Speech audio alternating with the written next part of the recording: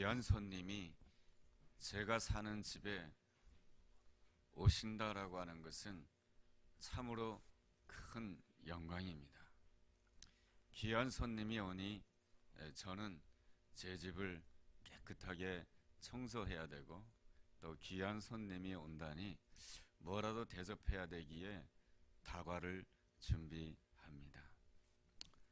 그런데 이제 귀한 손님이 한번 저희 집에 다녀가더니 우리 집에 오는 것이 너무너무 좋았던지 일주일에 한 번씩 오겠다라고 합니다. 그 말을 듣는 순간 두 가지 마음이 들었습니다. 귀한 손님이 이렇게 우리 집에, 내가 사는 집에 자주 오신다라고 하니까 참으로 영광이요 기쁨이지만, 또 한편의 마음은 약간 불편합니다. 왜냐하면 귀한 손님이 오셔서 내 집에 거하고 있는 동안에는 내 시간이 없기 때문에 그렇습니다. 그분에게 맞춰줘야 되고, 또 그분을 늘 이렇게 바라봐야 되니까 내가 조금 불편해지는 것 같습니다. 그렇지만은 귀한 손님이니까 일주일에 한 번씩 온다고 하니까 그저 괜찮다고 생각하였습니다. 그런데 이 귀한 손님께서 일주일 내내 제가 사는 집에 머물겠다라고 합니다. 슬슬 마음이 불편해지기 시작합니다. 일주일 내내 우리 집에 머무신다라고 한다면 내 시간에 일주일은 완전히 없어지겠네. 모든 것을 그 사람에게 맞춰줘야 되니 내 삶이 얼마나 불편하겠어요. 그리고 또 일주일 동안 내가 사는 집에서 잠까지 주무시겠다고 하니 나는 본래 집에 있을 때는 아주 편안한 복장으로 집에 있는 편인데, 이렇게 손님이 일주일 내내 먹고 자고 하신다니까 이거 영 불편합니다. 그래도 그저 일주일만이라니까 내가 견딜만하다 해서 좋다고 했습니다. 일주일을 지내보시더니 너무너무 좋았던지 이제는 아예 트렁크 가방을 가지고 오십니다. 그리고 아예 제가 사는 집에서 계속해서 살겠다라고 합니다. 그 순간 마음이 더더욱 불편해지게 됩니다. 이제 내 인생은 하나도 없구나. 내 인생은 이제 끝났구나. 항상 내가 손님에게 모든 것을 맞춰줘야 돼요. 사실은 제 집은 늘 지저분해서 그냥 대충 치우면서 사는데, 이분이랑 같이 살려니 항상 깨끗하게 치우면서 살아야 된다라고 하는 것이 여간 내 삶을 고단하게 하는 것이 아니었습니다. 그런데 이분께서 내 집에 사시면서 하루는 가구를 좀 바꾸자라고 합니다. 가구의 위치를 좀 바꾸자라고 합니다. 내가 생각하기에는 여기에는 옷장이 있어야 되고, 여기에는 다른 여러 가지 잡스러운 것들을 담는 그러한 장롱이 있어야 되는데, 이 가구의 위치를 바꾸자라고 하는 것입니다. 슬슬 제 마음이 불편해지기 시작합니다. 그분의 간섭은 여기서 끝나는 것이 아니었습니다. 밤에 좀 일찍 자자라고 하는 것입니다. 나는 주로 이렇게 밤 늦게까지 자면서 TV를 보는 사람인데, 이렇게 밤 10시만 되면 불을 끄자고 합니다. 이거 참 불편합니다. 또 아침에 좀 일찍 일어나자라고 합니다. 새벽에 일어나자고 합니다. 5시에 일어나자고 합니다. 나는 좀 더 아침에 늦게까지 잠을 자는 사람인데, 날 보고 이렇게 모든 것을 바꾸자고 하니까 슬슬 불편해지기 시작합니다. 그때부터 나는 그 손님에게 눈치를 보내기 시작합니다. 언제 떠나나? 언제 빨리 이 집을 나가시나? 왜 내가 그러한 생각을 가지는 것입니까? 그분이 손님이기 때문에 그렇습니다. 그리고 내가 주인이기 때문에 그렇습니다. 그런데 상황이 달라져서 그분이 주인이 된다라고 한다면, 나는 연약해서, 나는 못나서 내가 사는 집을 다 잃어버렸습니다. 나는 이제 거리에 나앉게 되었습니다. 그런데 그분이 돈을 가져오셔서 내가 살 집을 사주셨습니다. 그리고 집안에 여러 가재도구들이 있고 주방도구들이 있는데 그 가재도구와 주방도구를 그분이 다 사주셨습니다. 그리고 내가 참 힘든 가운데 병까지 들었는데 그분이 내 병원비까지 다 내주셨습니다. 그때부터는 누가 주인입니까? 바로 그분이 주인이십니다. 그리고 나는 그분의 집에 더부살이하는 사람입니다. 그분께서 가구의 위치를 좀 바꾸자고 합니다. 예, 바꾸겠습니다. 그분이 밤에 좀 일찍 자자고 합니다. 예, 일찍 자겠습니다. 그분이 새벽에 좀 일어나자고 합니다. 예, 일어나겠습니다. 왜 그런 것입니까? 그분이 주인이고 내가 그분의 종이기 때문에 그렇습니다. 그분이 누구입니까? 예수 그리스도이십니다. 그리고 더부살이 하는 사람이 누구입니까? 그리스도인인 것입니다. 오늘 우리가 읽은 성경 말씀은 그때에라는 그런 말씀으로 시작하고 있습니다. 이 그때란 어떠한 때를 말하는 것이냐면 예수님이 내 인생의 주인이 되었을 때의 그때입니다.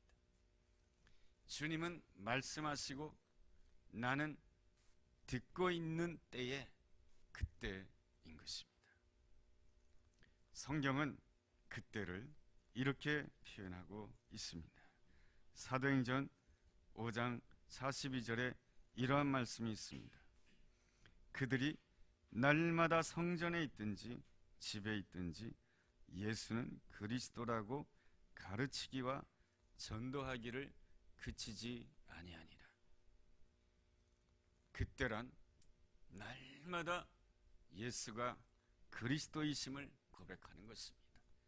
그때는 날마다 예수님이 나의 구원자임을 고백하는 때입니다.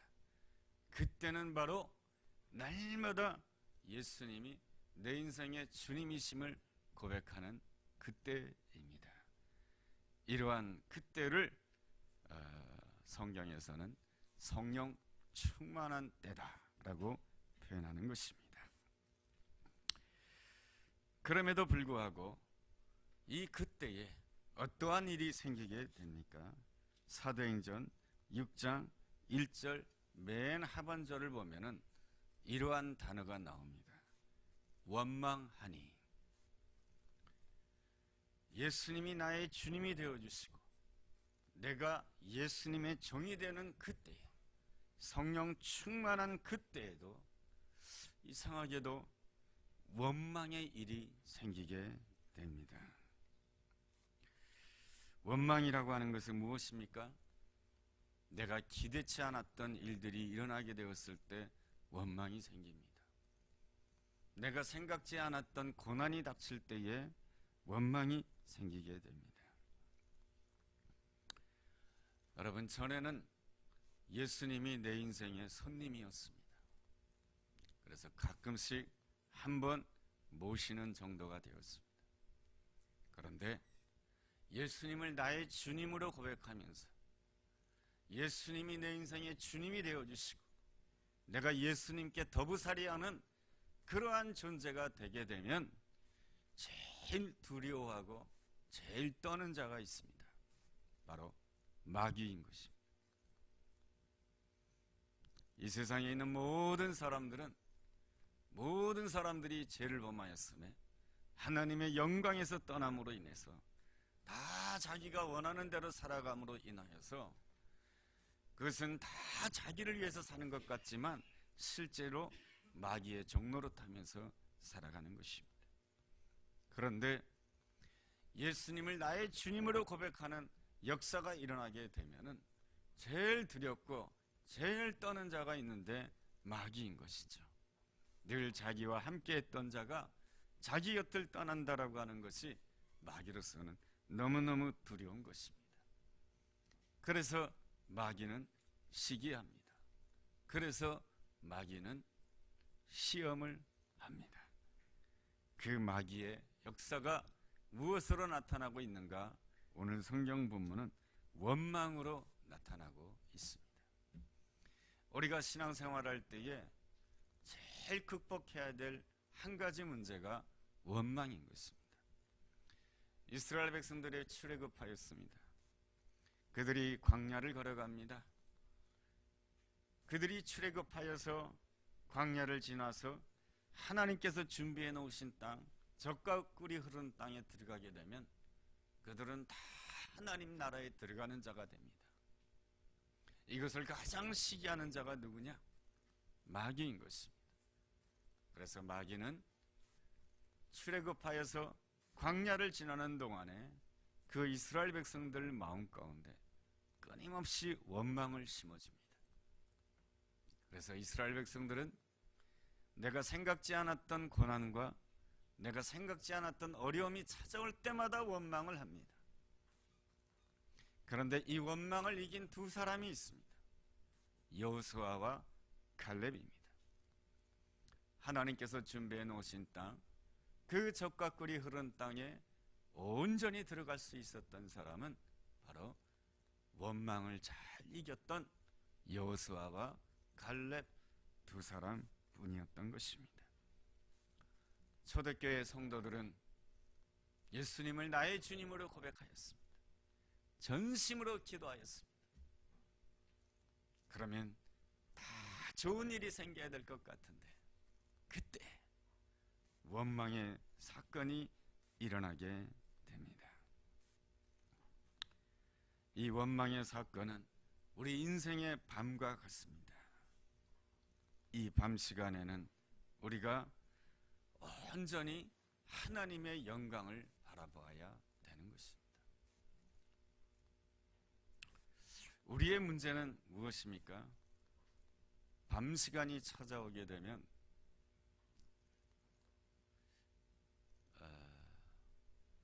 다른 소리도 많이 들리게 됩니다. 지금 이 밤 시간에 이 원망의 소리가 들리기 시작합니다. 이 원망의 시간이 들리는 이 밤 시간에 더 하나님을 바라봐야 되는데 이상하게도 이 원망의 소리가 더 귀에 많이 들립니다. 그러다 보니까 내 안에 원망이 더 커지게 됩니다. 이게 바로 우리가 감당해야 될 영적인 싸움입니다. 지금 내 귀에 무슨 소리가 들리고 있습니까? 하나님께로부터 내가 너를 사랑한다. 걱정하지 마라. 내가 너의 인생을 책임지겠다. 너는 지금 풍랑을 지나고 있지만 이 풍랑 때문에 내 인생의 배가 깨어지지 아니할 것이다. 내가 목표하고 내가 너를 이끌어주는 그 자리에 반드시 이르게 될 것이다. 이 음성을 듣고 있는가? 아니면 주변에서 원망하고 불평하는 그 소리에 마음을 다 빼앗겨서 그 풍랑에 정신없이 배멀미가 나서 이렇게 살 바에는 차라리 죽는 것이 낫다라고 생각하는 그러한 입장에 놓여 있지 않은지 우리 자신을 돌아봐야 되는 것입니다. 우리가 인생의 밤을 지날수록 하나님의 영광을 바라봐야 되는 것입니다. 예수님은 그 십자가라고 하는 그 험한 십자가 앞에서 수많은 소리를 들었습니다. 주변에 있는 모든 사람들이 예수님을 향해서 비방하였습니다. 당신이 정말 하나님의 아들이라고 한다면 십자가에서 떼어내버리라고. 그리고 또한 사람들이 예수님에 대해서 수근수근 거리게 됩니다. 저가 얼마나 죄가 많았으면 저런 십자가형을 당했느냐고. 그리고 예수님의 제자들은 그 자리를 슬슬 피해서 다 도망을 가게 됩니다. 수많은 소리가 들리게 됩니다. 수많은 비방의 소리가 들리고 수많은 낙심의 소리가 들리게 됩니다. 여러분, 예수님 어떻게 하면 좋습니까? 그러나 예수님은 그 십자가의 그 고통 가운데서도 오직 하나님의 영광, 아버지의 영광, 아버지께서 나에게 약속하신 그 부활의 영광만을 바라봅니다. 그랬을 때 예수님은 그 원망을 넘어서서 3일 후에 부활의 영광으로 나간 줄로 믿습니다. 오늘 성경에서는 안타까운 사건이 일어났습니다. 원망의 사건이 일어났지만 이 초대교회 성도들은 놀랍게도 하나님의 영광을 바라보았습니다. 그 원망의 소리보다 하나님의 영광을 바라보게 되었을 때 어떤 결과가 나타나냐면, 결과부터 말씀드리겠습니다.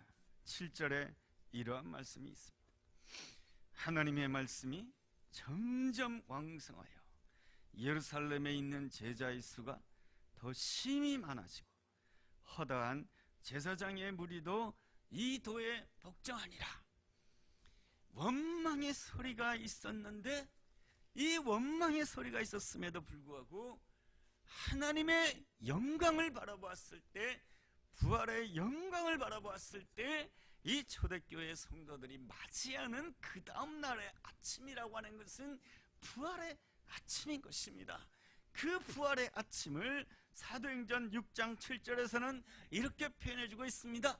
말씀이 점점 더 왕성해지고 제자의 수가 많아지고 허다한 제사장의 무리가 예수님 앞에 무릎을 꿇게 되었다라고 기록해주고 있습니다. 여러분, 여기서 제사장이 무릎을 꿇었다라고 하는 것이 아주 아름다운 표현입니다. 예루살렘에 있는 제사장들은 주로 어느 파에 속한 사람입니까? 사두개파에 속한 사람들입니다. 예수님이 십자가에 못 박힐 때에 가장 괴롭게 했던 자들이 사두개파 사람들입니다. 그 사두개파 제사장들이 예수님께 돌아와서 예수님께 무릎을 꿇고 있습니다. 이 놀라운 사건은 창세기 22장 17절에 나와 있는 말씀이랑 똑같습니다. 이 아브라함이 자신의 아들을 모리아 산에 하나님 앞에 온전히 드릴 때에 나를 완전히 죽이고 주님 앞에 나가게 되었을 때 하나님께로부터 놀라운 음성을 듣게 됩니다. 내가 너를 축복하노라. 너의 씨로 인하여서 내 대적의 성문을 취하게 될 것이다 라고 말씀해 주고 있습니다. 내 대적의 성문을 취하게 될 것이다. 내 대적, 내 원수 마귀의 그 성문을 취하게 될 것이다. 너를 고통스럽게 하고 너를 슬프게 했던 그 대적의 본거지를 파쇄하는 역사가 일어날 것이다. 이것인 것이죠. 이 얼마나 감사한 일입니까? 나를 원망하게 하고 나를 슬프게 하고 나를 낙담하게 하는 그 원수의 본거지에 모든 본거지가 파쇄가 되고 그들도 예수 앞에 무릎 꿇게 되는 역사가 일어난다라고 하는 것이 바로 이 놀라운 주님이 준비해 놓으신 그 원망의 사건이 있을 때도 하나님의 영광을 바라보는 자에게 주어지는 부활의 새 아침인 것입니다. 이것이 바로 초대교회 성도들에게 주어졌던 아름다운 부활의 아침입니다. 그렇다면 원망이 있었던 이 초대교회 성도들이 도대체 어떻게 하나님께 반응하였기에 이렇게 아름다운 부활의 아침을 맞이할 수가 있었을까? 우선 원망의 원인부터 알아볼 필요가 있습니다. 여기 사도행전 6장 1절 중반절에 보면 이런 말씀이 있습니다. 헬라파 유대인들이 자기의 과부들이 매일 구제에 빠졌다라고 말씀해 주고 있습니다. 초대교회 성도들은 두 파로 나눠져 있었습니다. 히브리파 유대인과 헬라파 유대인으로 나누어져 있었습니다. 예수님의 12사도는 다 어떤 사람들입니까? 히브리파 유대인입니다. 히브리파 유대인이란 어떠한 사람입니까? 유대 땅에서 태어난 사람들입니다.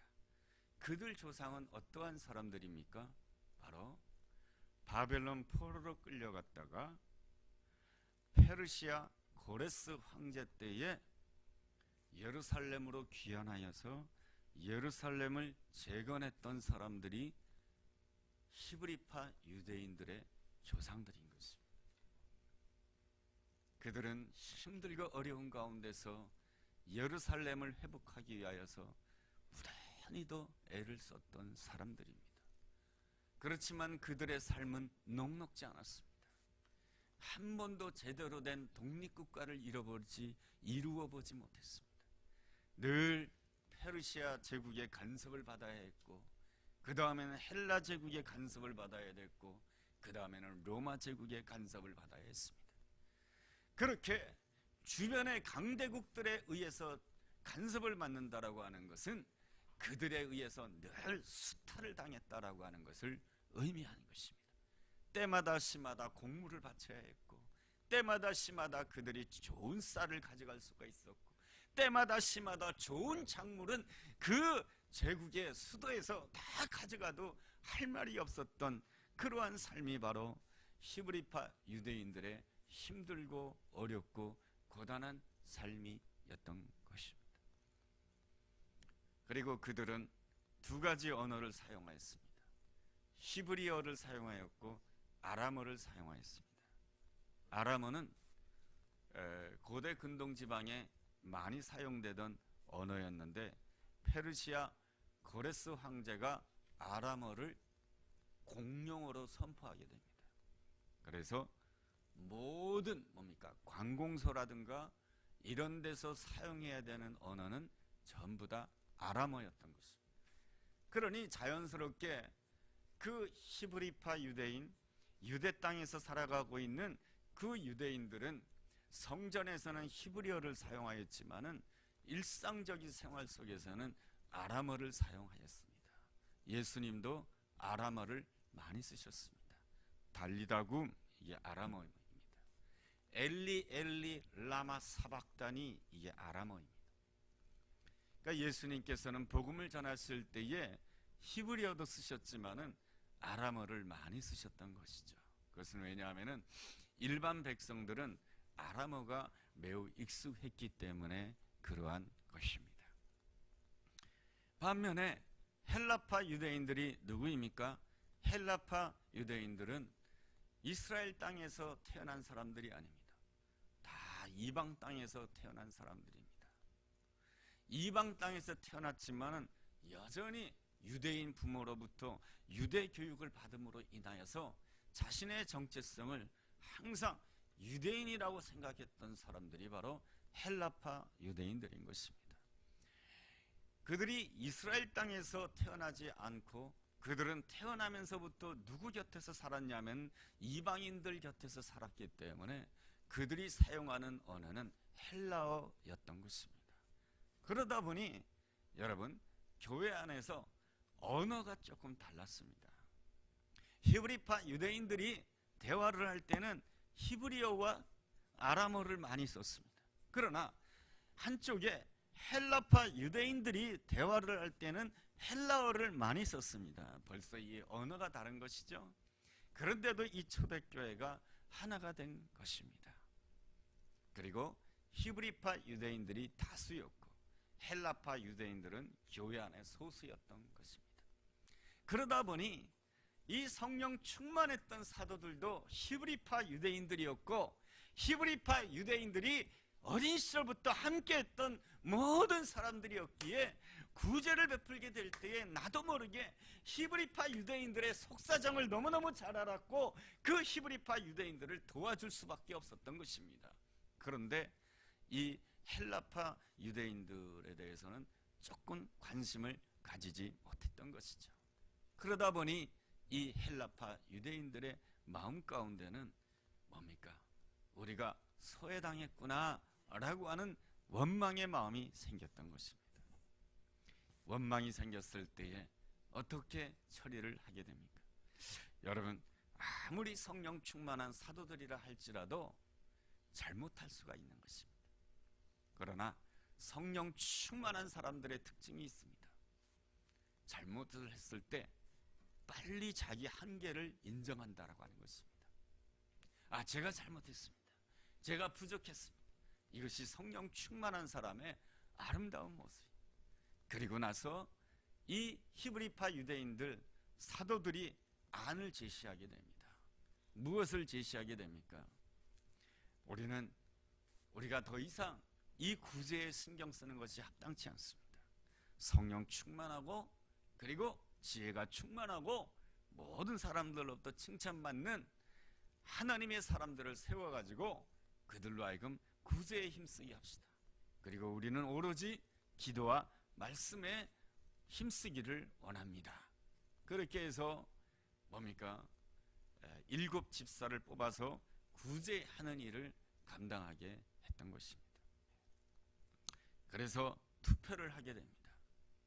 그런데 놀랍게도 어떤 결과가 나타나게 되냐면 그 7 집사가 전부 다 헬라파 유대인에 의해서 뽑혀지게 됩니다. 어떻게 히브리파 유대인들이 다수인데 어떻게 헬라파 유대인들이 다 뽑혀지게 되는 것입니까? 그것은 바로 초대교회 성도들이 성령 충만했기 때문에 그렇습니다. 성령 충만한 자의 특징은 내가 앞서지 않는 것입니다. 성령 충만한 자의 특징은 먼저 하나님께 물어본다라고 하는 것입니다. 하나님, 이 구제의 문제 때문에 교회 안에 원망의 사건이 일어났습니다. 하나님, 이 문제를 해결하기 위해서 7 집사를 뽑기로 하였습니다. 하나님, 이 7 집사로 누가 뽑혀야 됩니까? 여러분, 히브리파 유대인들이 다수이니 적어도 7명 가운데 4명은 히브리파 유대인이 되어야 되지 않겠습니까? 그러나 그들은 그러지 않았습니다. 자기를 다 내려놓았습니다. 그랬을 때 헬라파 유대인 7명을 다 뽑아서 그들로 하여금 구제 사역을 감당하게 했습니다. 이것이 바로 초대교회의 참으로 아름다운 모습이며 섬김의 모습인 것입니다. 우리가 여기서 집사를 뽑는다라고 했을 때에 이 집사라고 하는 이 헬라어는 디아코노스입니다. 디아코노스라고 하는 것은 섬기는 자라고 하는 뜻인 것입니다. 하나님의 집에는 항상 누가 필요하냐면 섬기는 사람이 필요합니다. 하나님의 집, 우리의 가정, 우리의 교회는 항상 섬기는 사람이 필요한 것입니다. 왜냐하면 예수님이 우리를 섬기셨기 때문에 그런 것입니다. 마가복음 10장 45절에 이러한 말씀이 있습니다.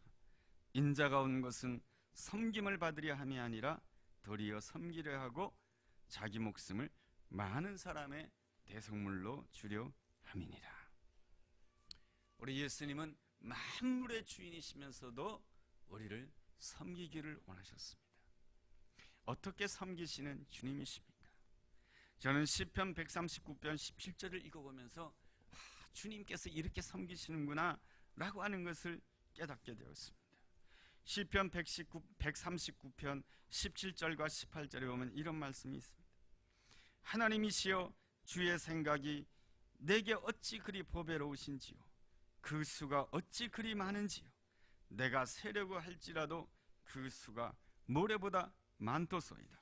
내가 깰 때에도 여전히 주와 함께 있나이다. 하나님이시여, 주의 생각이 얼마나 보배로우신지요. 하나님이시여, 주님께서 나를 생각해 주시는 것이 그 수가 바다의 모래알보다 많도소이다.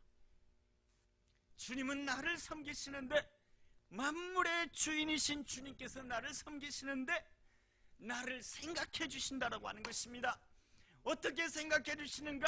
바다의 모래알보다 더 많이 나를 생각해 주신다라고 하는 것입니다.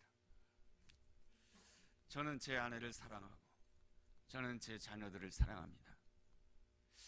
가만히 생각해 보니까 내가 내 아내를 얼마나 생각했나, 하루에 몇 번을 생각했나, 내가 내 아이들을 하루에 몇 번 생각했나 헤아려 보니까 바다의 모래가 아니라 조그마한 종바리의 모래만큼도 생각하지 않았던 것 같아요. 항상 생각하는 건 나만 생각하는, 항상 생각하는 건 내가 불편한 거 생각하고, 항상 생각하는 것은 내가 힘든 거 생각하고, 항상 생각하는 것은 내가 어려운 거 생각하고, 항상 생각하는 것은 내 감정에 사로잡혀서 생각하는 것이 나더라라고 하는 것입니다.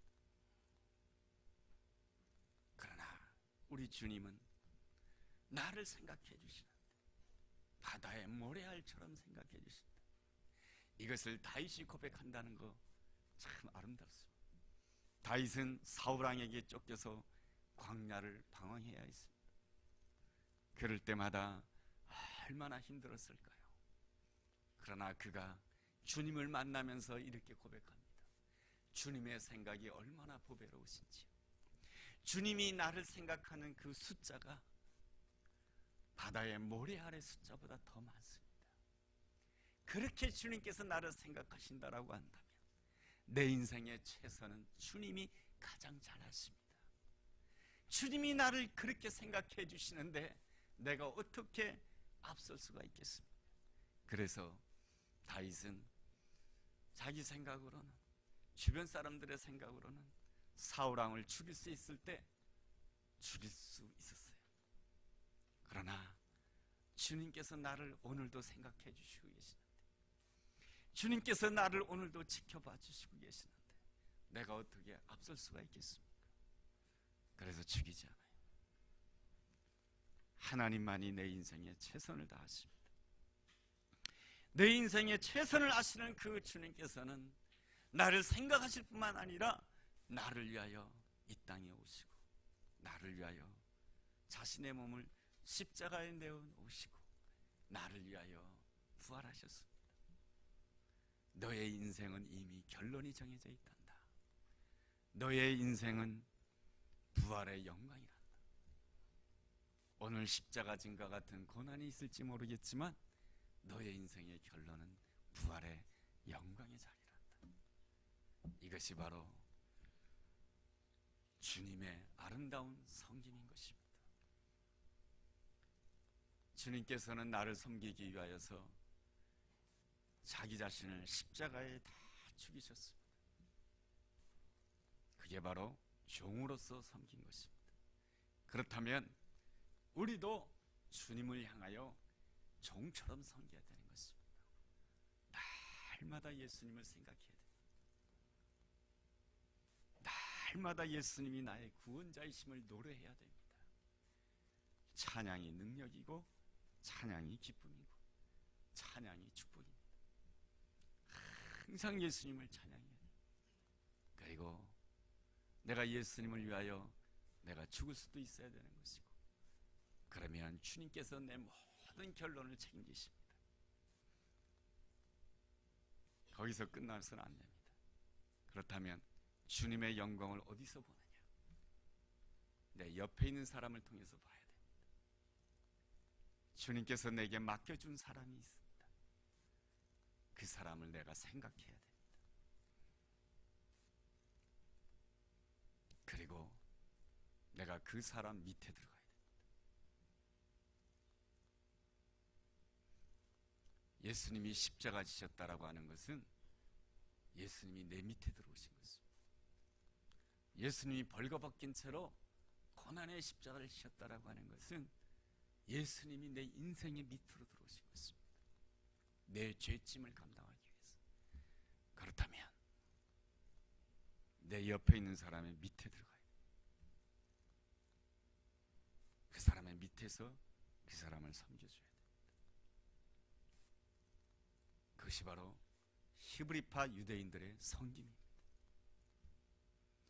여러분, 헬라파 유대인들이 사도행전 6장에서 7명 다 뽑힘으로 인해서 어떤 역사가 일어나게 되냐면 모든 하나님의 역사가 헬라파 유대인으로 바뀌어지게 됩니다.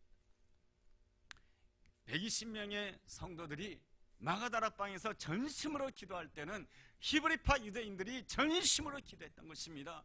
그래서 초대교회가 부흥되어 버려서 헬라파 유대인들이 들어오게 된 것이죠. 그렇다라고 한다면 모든 하나님의 역사를 히브리파 유대인들이 전부 다 끝내야 될 것 같은데 그렇지 않습니다. 사도행전 그 6장을 통해서 어떤 일이 일어나냐면 사도행전 8장에 보면 빌립 집사가 사마리아 성에 가서 복음을 증거하게 됩니다. 빌립 집사가 이방인인 에디오피아 네시에게 복음을 증거하게 됩니다. 사도행전 9장에서는 헬라파 유대인의 가장 핵심이라고 여기는 사울이라고 하는 청년, 그의 이름은 바울이라고 하는 이름으로 바뀌어지게 되는 것이죠. 그 이름을 통해서 로마까지 복음이 증거되는 놀라운 역사가 일어나게 됩니다. 바로 히브리파 유대인으로 시작했던 이 사도행전의 역사가 헬라파 유대인으로 마무리를 하게 됩니다. 그럴 수 있었던 가장 중요한 이유가 무엇입니까? 히브리파 유대인들이 그 헬라파 유대인들의 발밑으로 들어갔기 때문에 그런 것입니다. 이게 어떻게 인간적으로 가능한 일인 것입니까? 이 모든 하나님의 역사가 누구 때문에 시작된 것인데, 히브리파 유대인들로 시작된 것인데, 히브리파 유대인들이 열흘 동안 전심으로 기도하는 가운데 부흥의 역사가 일어나는데 어떻게 헬라파 유대인으로 인해서 끝이 나는 것입니까? 말도 안 되는 소리죠. 이런 모든 생각은 전부 자기가 주인이 되는 생각인 것입니다. 이 모든 생각은 바로 예수님이 주인이 아니라 인간이 주인이 되는 생각인 것입니다. 그러나 사도행전의 역사는 예수님이 주인이 되는 역사인 것입니다.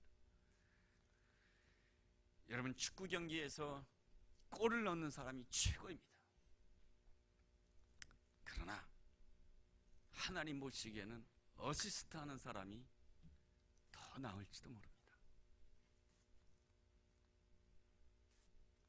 어시스트 하는 사람이 없으면 경기가 잘 안 돼요. 약간 빗나간 얘기지만 우리나라의 가장 유명한 축구 선수가 손흥민 선수인데, 이 손흥민 선수가 영국에서 축구할 때는 골인을 잘 넣어요. 허구한 날 넣는 것 같아요. 그런데 우리나라 국가대표만 오면 골인을 잘 못 넣어요. 그래서 어느 스포츠 기자가 이렇게 써놨더라고요. 어시스트의 문제라고. 유럽에서 경기를 뛸 때는 좋은 어시스트들이 많다라고 하는 것입니다. 손흥민이 앞으로 쫙 뛰어나가면 거기에 딱 맞춰가지고, 여러분 잘 모르지만 에릭슨이라고 하는 친구가 있어요. 에릭슨이 딱 정확하게 어시스트를 해주는 거예요. 그래서 손흥민이 마무리를 짓는 것이죠. 근데 우리나라 국가대표에는, 제가 국가대표를 욕하는 게 아니고, 이 손흥민에게 딱 어시스트 해주는 선수가 없어요. 그래서 손흥민이 어시스트를 해줘야 돼. 그래서 딴 선수가 골을 넣어요. 우리가 보기에는 골을 넣는 선수가 최고인 것 같아요. 그러나 하나님 보시기에는 그렇지 않을 수가 있어요. 어시스트하는 사람이 더 아름다울 수가 있어요. 여러분, 12사도가 누구입니까? 예수님 살아생전에 같이 다녔던 사람들입니다. 그들은 자부심 있는 사람들이었습니다. 초대교회에서 나름대로 위치가 강했던 사람들입니다. 그런데 그들은 오직 하나님의 뜻을 위하여 기꺼이 어시스트하는 사람들이 됩니다. 헬라파 유대인들을 세워주게 됩니다. 내가 그 사람의 종이 되는 것이죠. 그랬을 때 어떤 역사가 일어나는가? 바로 아까 저도 읽었지만 7절의 말씀이 일어나는 것입니다. 말씀이 점점 더 왕성해지고 제자의 수가 많아지고, 더 결정적인 사건, 사두개파인 제사장들이 예수님 앞에 와서 무릎 꿇게 되는 역사, 대적의 성문을 취하는 역사, 대적의 본거지가 파쇄되는 역사, 우리에게 슬픔을 주고 우리에게 원망을 주고 우리에게 낙담을 주는 그 마귀의 본거지가 파쇄되는 역사, 내 안에 마귀의 본거지가 있는데 내 안에 들어있는 이 슬픔의 본거지가 파쇄가 되고 내 안에 있는 낙담의 본거지가 파쇄가 되고 내 안에 있는 원망의 본거지가 파쇄가 되고 대신 내 안에 기쁨이 채워지고 소망이 채워지고 하나님의 능력이 채워진다라고 하는 것입니다. 이것이 바로 누구에게 주어지는 은혜인가? 예수님이 십자가 진 것처럼 종이 된 것처럼 나도 종이 돼야 돼. 그게 주님이 우리에게 열어놓으신 길입니다. 인간적인 생각으로는 그게 어렵습니다. 죽었다 깨어나도 못합니다. 그래서 우리는 기도해야 됩니다. 주님 도와주세요. 내 안에 섬기는 마음 주세요. 주님 도와주세요. 낮아지는 마음 주세요. 주님 도와주세요. 나로 하여금 정말로 주님이 원하시는 길로 가게 해주세요. 그래서 하나님께서 아브라함을 축복해 주실 때에 내가 너를 축복하노라, 내 씨를 통해서 대적의 성문을 취하리라, 이 말씀이 우리 안에 온전히 이루어져서 우리 삶 가운데 우리의 삶의 자리에 더 이상 마귀가 역사하지 못하는, 대적이 역사하지 못하는 대적의 문이 파쇄가 되고 대적의 본거지가 파쇄가 되고 오직 예수님만 나의 주님이 되는, 그래서 부활의 영광이 나타난 그런 놀라운 역사가 우리 모두에게 함께하게 되기를 주님의 이름으로 축복합니다. 이 시간 우리 함께 기도하는 시간을 가지겠습니다.